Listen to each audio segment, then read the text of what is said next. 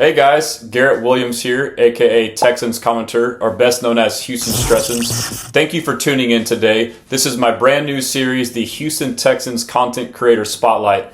My goal with this series is to allow us fans to better get to know the many content creators in this community that provide us great content. There'll be an organic, natural conversation, and so today I hope you enjoy. But before that, please, as always, like, comment, and subscribe, and follow on all social media platforms at Texans Commenter on X, TikTok, and YouTube, and then Houston Stressans on Instagram and Facebook. And as always as well, the website www.houstonstressans.com, where I have articles that are news, analytical pieces, videos, store, merch, and a free newsletter. So with that being said, enjoy today's guest. Are you there, brother? What's going on, brother? How you doing, man? Good. All right. He's ready to roll. Good, All right. good. So, yeah, our next guest, another part of the Texans fan battle. Like I said, they have 5 members. This is Johnny Huncho. Johnny, how you doing today, man? I'm good, man. I'm blessed. Like Matt said, we blessed, man. Hey, what you doing, Stressing, man? As a content creator, man, we appreciate this. We love this little tour you're doing, man. Like we say, man, it's love everywhere. So putting, these content creators on the map, giving them a little more exposure, and a name, a spotlight, man, it's awesome, man. And I'm happy to be a part of this tonight, man. That's awesome. I appreciate those kind words. And honestly, that's kind of like I've been fortunate. I don't know how, I guess maybe because I spend so much damn time on this stuff, but to build up this platform, pretty quickly. And so I've made a concerted effort to show love back. And it's not because I enjoy it. Every time I see a fellow content creator with their own live stream, I make it a point to hop in and interact. Cause I know whenever I do it, I enjoy that too, the support and the interaction. So this is kind of along those lines, I feel like I said with Matt, I've gotten a taste of what it's like to put the time and effort in. So I feel like people are due their respect. So with that being said, I'd like to get to know more about you. Just, as much personal stuff you want to say, or if you want to pinpoint it more so around, where you're at now with doing Texans content. I think we're in a pretty good state, man. Going back to a little bit of my personal history, man. I became a fan of Houston sports back in '96. I think I was probably 7 years old, man. I went to the first game. It was my first basketball game, and I watched the Hakeem Olajuwon at the Summit. I don't know if you remember that stadium, but yeah, it was actually at the Summit, man. Summit, then it turned into the Compact Center, right? Compact Center, and then of course it's Austin. But I became a fan back then, man. When we lost our team, man, I'm gonna be honest with you, Justin. I didn't have a team. I wasn't the type to jump to the Cowboys or anybody like that. I've always Houston, everything when it comes to the Rockets, Astros, Dynamo, the Arrows, whatever you want to go to back when it comes to Houston sports, man. That's all I, rep, man.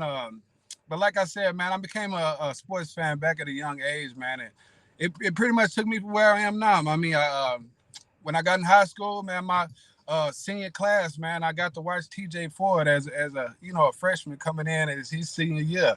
I watched him go to state, him and Daniel Ewing, Yep. So it was pretty cool, man, coming in as a fan, being from Houston. So yeah, man, I can't think of anything else. Like I said, I'm not a Dallas fan or none of these fans that hop around and jump around, man. It's always been Houston to me, man. And when we got our team, seeing Billy Miller score that first touchdown, and Hey. hey, man, it was crazy, man. So it's in my blood, man. And you like you say, man, we all passionate fans about this stuff, man. So it goes pretty far back, man. It's deep in my veins, man. It's always gonna be Houston, man. I'm winning regardless, win or lose or draw, man. That's where we at with it. I love it, man. So I'm just gonna guess, so I'm 36. Are you around the same age as me? I'll be 36 this year. Okay, yeah. So I mean, you got a crazy good memory for those are some young memories. Then if you Yeah. yeah. Man. Hey, once you get that, man, it's embedded into you. It's in your blood, man. Especially, being it from your actual city you're born in. I was born in Houston, Texas Methodist Hospital. So, I've always been Houston everything, man. Let's go. I was at Ben Taub, baby. Yeah. But that's funny. I was actually talking to my buddy the other day or whoever it was, but the way you're the same way as me, the way I'm wired, my memory is terrible, but like if it's around sports, I'm like, oh yeah, it was around that day. Okay, yeah, it was next to the, like if it's like around like a sporting event, I could tell you everything about it. But otherwise, good luck. Yeah, man. Even when it comes to the Killer Bees, man, Bagwell, Biggio. Facts. Yeah, man, those are boys, man. Wagner, everything Houston, man. I probably can't go deep off into the Lakers or the Celtics or anybody, man. You want to know anything about Houston, man? I'm your guy. I got Yeah. And I'm sure you're the same way, but like a lot of my best memories are from like Houston sports moments, and like that's just that's what we live, bro. Crazy part about it, man. CJ's rookie year, I normally go to a game every year, man, for my birthday. My birthday's November 4th. So around that time, we always get a game. I'm October 30th. I knew we were vibing. I knew we were vibing, dude. Yeah. So last year was around Detroit. Didn't get to make that game, but the year before, we went to play the Tampa Bay Buccaneers. My wife bought me some tickets. I'm like, man, this game, it's just gonna seem like a divisional game, watching the Colts and stuff like that. Turns out to be CJ record game-setting game, man. So that's dope. Her actually, grabbing me those tickets and me not being too excited about going to that game, man, actually turned out to be the best game of his career. And I watched him, throw for the 475 TDs, and it was amazing to watch, especially a kid so young, man. Like you say, that was one of my brightest moments and recent moments of football, man. Any sport. And you will never forget that. That's like a memory you'll have forever, right? Always. And so I have a similar one. Like, so my birthday is on the 30th of October. I went to Game 5 of the World Series against the Dodgers with my wife and best friend. And it was on the night before on the 29th. And that was the game we won 13-11 or 13-12 in extra innings. But it went into extra innings and then turned into my birthday and had the walk-off. I was like, this is like the fucking best day ever, bro. Can't forget stuff like that, man. And we fortunate to be in a city that we can, have those passionate and, celebrational moments, man. It's definitely exciting. Houston is exciting, city right now, man. We got the, Rockets in second place, Houston, the Texans, they're on their way. We even got the Cougars in the Final Four. Houston sports, what a time to be a Houston fan right now, man. Dude. Even if we don't go all the way down, which we already want, man, we going pretty far, and it's exciting to watch. No, I couldn't agree more, man. Like it's exciting times, and I've talked about personally a lot, like the parallels between the Rockets and the Texans. Like, they had some down years. They both got rid of superstars and had to rebuild. You got rid of Harden, you got rid of Deshaun Watson. Right. You had some down years after. You basically tanked. You bring in you go through a couple coaches that are tank coaches. You finally get a young head coach, former player, defensive minded, tough nose, like young talent. Like there's so many parallels, man. And like seeing those two franchises and then the Astros are the Astros. And you mentioned the Cougars. I mean, we couldn't ask for anything better, man. Yeah, man. Honestly, man, I went to the parade downtown for the Astros.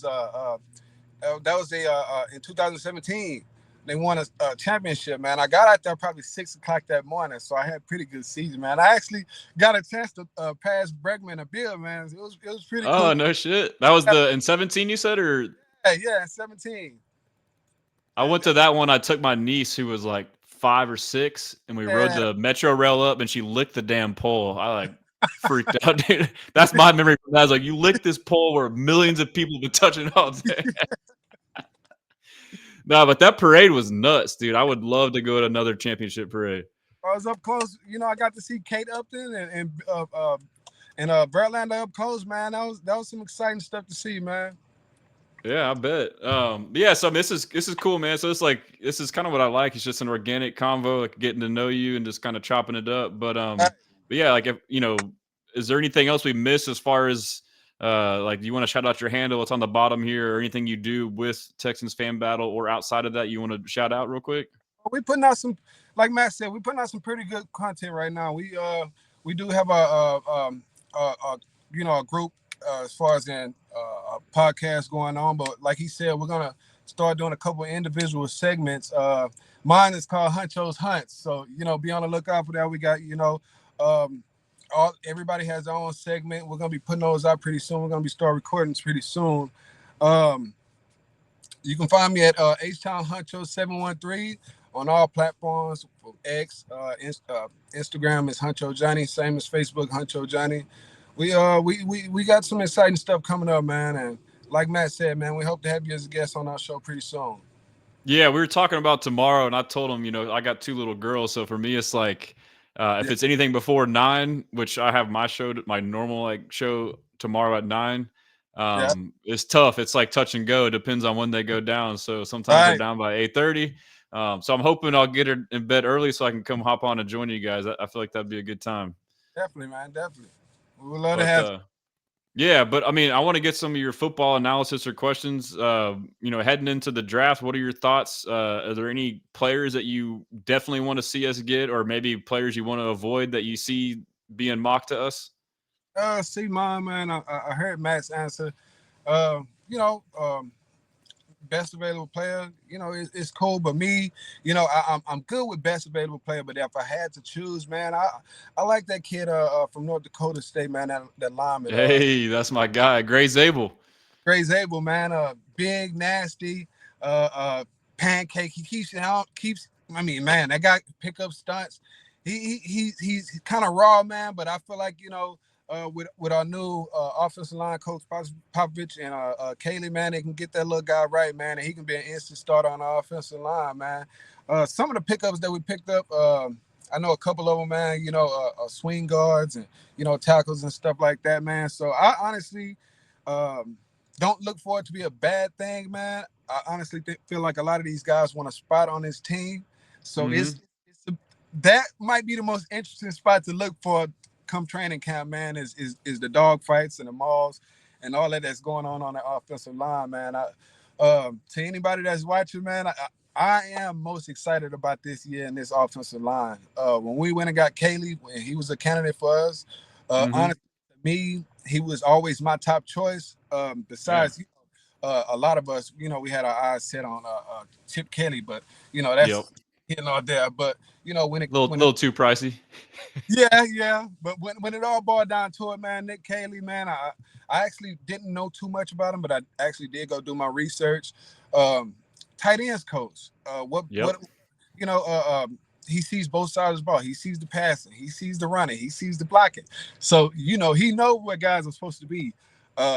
Another coach, man, that's a successful coach right now. A lot of people didn't know that started off as a tight end coach was Ben Johnson. And look where he's at. He just took the job out there in Chicago. So being creative with your offensive line, knowing where these guys are supposed to be, putting your receivers in positions where they're supposed to be, where they're going to have those blockers right there. And, we're going to have those holes right there, man.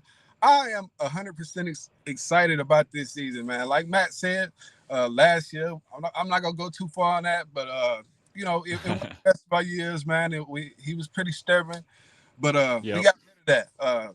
So being that, we have a young, exciting OC coming in, man. I feel like he's a guy that can relate to the players just like D'Amico does, and not a hard ass or anything like that with these guys. Because at the end of the day, man, the Army coaching is kind of out the door, man. To be honest with you, man, and a lot of these coaches come in as players coaches, man, but they also has that influence on a lot of these guys.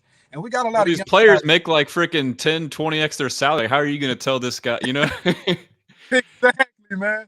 So that was one of the reasons I was not a big fan of Eric Bieniemy coming out here. Also, man, I was pretty much done with those Army coaches, man. And it's a new day, man. Yeah, I'm excited to see these young coaches getting out here, young players out here that actually want to get out there and learn. Well, they can also relate too by the age. Like they're still not that far removed from the game, Definitely, man. In this exciting to see, man, a guy like Will Anderson at what is he, 20, 22, 20, 23 years old, whatever he is, has that mindset, man, where he just wants to get better and better every day. Insane. It's insane to watch, man. And you look. That's why they picked him at 3. Like obviously the talent, but like when people talk about character and stuff like that, like that shit's real, bro. Right. And you get this guy and you look on TV and you think like, damn, man, is this guy really playing for us? This is the guy we got. He wants to be here. Solid assassins like Stingley, man. Guys are still learning, man. I follow these guys so much, and I watch, how much film they watching, up there any activity. I don't have the super detail, but if they're in the gym or whatever the case is, man, if they're trying to better themselves in any way. I just seen Stingley out there in one of those islands, man, with his dad out there. They doing a camp out there, man. I'm always watching to see, man. He was working out when his deal got done. He's like, oh, that's cool. All right, let me get back to work. Like, all right, bro, you just made millions of dollars. Right. That's the type of stuff you have on your team, man, as a fan. And it's exciting. Yeah. I got a different little tour going on right now, man. I'm every month or so I'm trying to buy me a new jersey. So oh shit. I got a new little tour going on. And that's gonna get expensive real quick. Oh, I know. Yeah, they just went up on the tickets, a month ago. So even with that being said, man, if these guys come out there and put out the work, man, it's worth every dollar, man. I don't mind, going out wearing my boys, on my back and representing, because how everybody likes to say, man, AFC South, not a good division and stuff like that. At a certain point, Texas is not winning the divisional round. At a certain point, you hear, but you get tired of hearing the shit. So every year that comes, you thinking like, okay, this is the year that we're gonna get there. We're gonna get there. Right now, man, I honestly feel like this is the year we're gonna get there. I honestly do. I mean, you got your TJ. It's time for him to make his adjustments. He got an offensive-minded coach, OC that's coming out there to help him with that, man. I feel like we are on the right path, man, and I couldn't be more excited for this next season. Man, I love it. I love the positivity from you guys. You talked to a bunch of people. I feel like overall the fan base is pretty positive, and I guess last year I think I was guilty of it. Most of us were guilty of it. We the media overhyped them, and we overhyped them, and I think it was like a necessary evil for the team, obviously, and the players, but also us fans too. But now we're confident, but we know it's real. The big thing is like you said, like Kaylee, and then. To your point too about Kaylee, I'll add on to that, like the tight ends coach. We hyper focus on the O-line being terrible last year, but the pass protection as a whole being terrible wasn't just the O-line. Our tight ends were by far the worst pass blocking tight ends in the league. Definitely. And so if you get a former tight ends coach now as your OC and he simply can fix the blocking of the tight ends simply from scheme and just technique and coaching, then you already improve your pass blocking by X amount on the tight end spot, which was a big part of it. So yeah, it's exciting, man.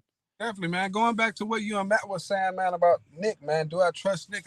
I trust Stressans. My thing was, man, and I always said, I don't like a move if we don't have a plan already set. Facts. And our GM always had a plan set. Last year, you can ask everybody, man. I'm one of the most nervous guys when it comes to these guys, but I'm patient. So, with that being said, we lost Grenard. I damn near lost it. I'm gonna be honest with you. But because I always, like I said, my thing is either we get a player that's better or a player of equal value. For them guys to go and get Danielle Hunter on that line and replace Grenard, it shows we want to go all in. It showed me when we replaced what's his name that took off to the Pyramid, that took off to the Chargers. When we went and brought Aziz inside, it showed me that we want to replace. It showed me we want to get better, man. Now is our time to strike, man. So what these guys are doing, even with the Diggs thing, we were all over. We were all hyped about that, man. It just showed us where this, new regime wants to go, and we were all excited about it, man. But Diggs' experiment didn't work, but at the same time, man, I feel like we're gonna be okay, man. We got a lot to ride on. Like Matt said, this is one of the very few years where we're not too much stressing on at any position. I feel like a lot of these guys that they brought in, Nick knows what to do with them. Not Nick Casterio, Nick Kaylee knows what to do with them. A lot of swing guards, man. I feel like a lot of these guys, when they picked up, they know how to pick up stunts. We had an OC, O-line coach last year that didn't know what a stunt was.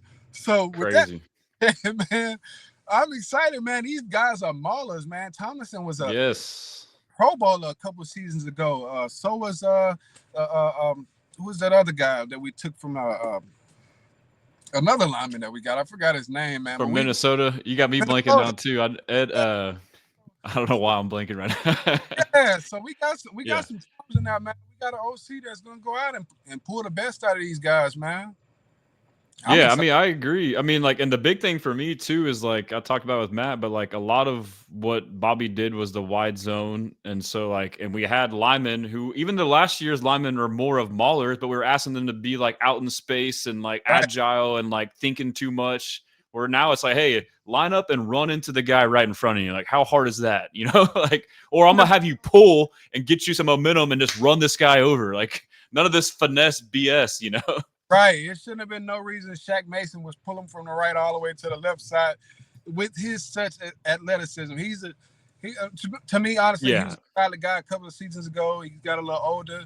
I wasn't so hot on him last year, but with his athleticism, he's not a guy that can pull all the way to the left like that, man. And And that we was really didn't pull often, and when we did, it was Shaq. But right. And like that's Titus, I saw like the clips of him playing left tackle when he was a left tackle, and I saw clips of him pulling. Like he was damn good at pulling from tackle, bro. But like we didn't run any power or any right. whams or traps, like none of that stuff, dude. We just ran freaking wide zone. And that's what we had to deal with as a fan, man. You know, and I was telling my boy the other day, man, when we were talking about that the Bobby thing, man. I think us as fans, you know, we only get so much, but I felt like D'Amico was done with that guy a long time ago, man, and he just had to ride it. Facts.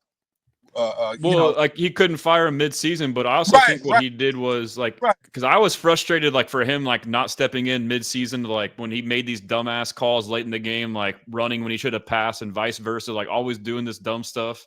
I was like, well, why doesn't D'Amico step in and tell him what to do, or why doesn't he come in and tell him, hey, run more gap scheme? Like, I think he just gave him his own rope to hang himself with. Like, hey, like you either fix it or you don't. If you don't, you're fired. You know. Right. Forever Roy, you're right, man. Yeah, it's Trent Brown. From Okay, I didn't know if you're talking about the guy from the Vikings. I know Trent Brown. We got on IG. Maxoff says Cam Robinson, obviously left tackle. right, But yeah, Trent Brown. I mean, yeah, he's a dog too. I mean, right. uh, yeah, I like it, man. We know where to put these guys, man. Like I said, I'm more excited than I've ever been, man. Uh, it's gonna be a Yeah, nice. man, it's been good. We kind of ran a little bit. I feel bad for Crenshaw. I got Crenshaw up next, but Bad uh, Crenshaw. Bad, yeah, man. before I turn you loose, Johnny, you got anything else you want to mention or shout out? Again, man, we're gonna be coming out with separate segments pretty soon, man. Like I said, hopefully we have you on the show. You know, at your discretion tomorrow. We're gonna be going talking some good content, man. Follow me at H-Town Huncho 713. That's on X, Instagram, and Facebook. Huncho_Johnny. It was great talking with you, man. Like I said again, this is a very nice thing that you're doing, man, and I'm glad to be a part of it. Yeah, and like I told Matt, like, you know, this is like everyone you meet on here, you have something in common right off the bat, like an extreme passion for Houston Right, sports. So like it's already like, hey, like we're buds, you know, we can chop it up. But exactly. and I know Crenshaw was able to make it out. We had some watch parties. I really enjoyed that too. So I'm thinking about a draft thing. I don't know if there's other parties or not, but like I feel like doing another event would be dope where we can all, you know, meet up and chop it up. So man, I'm available, man. You let me know. I'm there. yeah, I'll make sure and let you know. But I appreciate the time and getting to know you, and hopefully I get to join you guys tomorrow. But Definitely. yeah, man.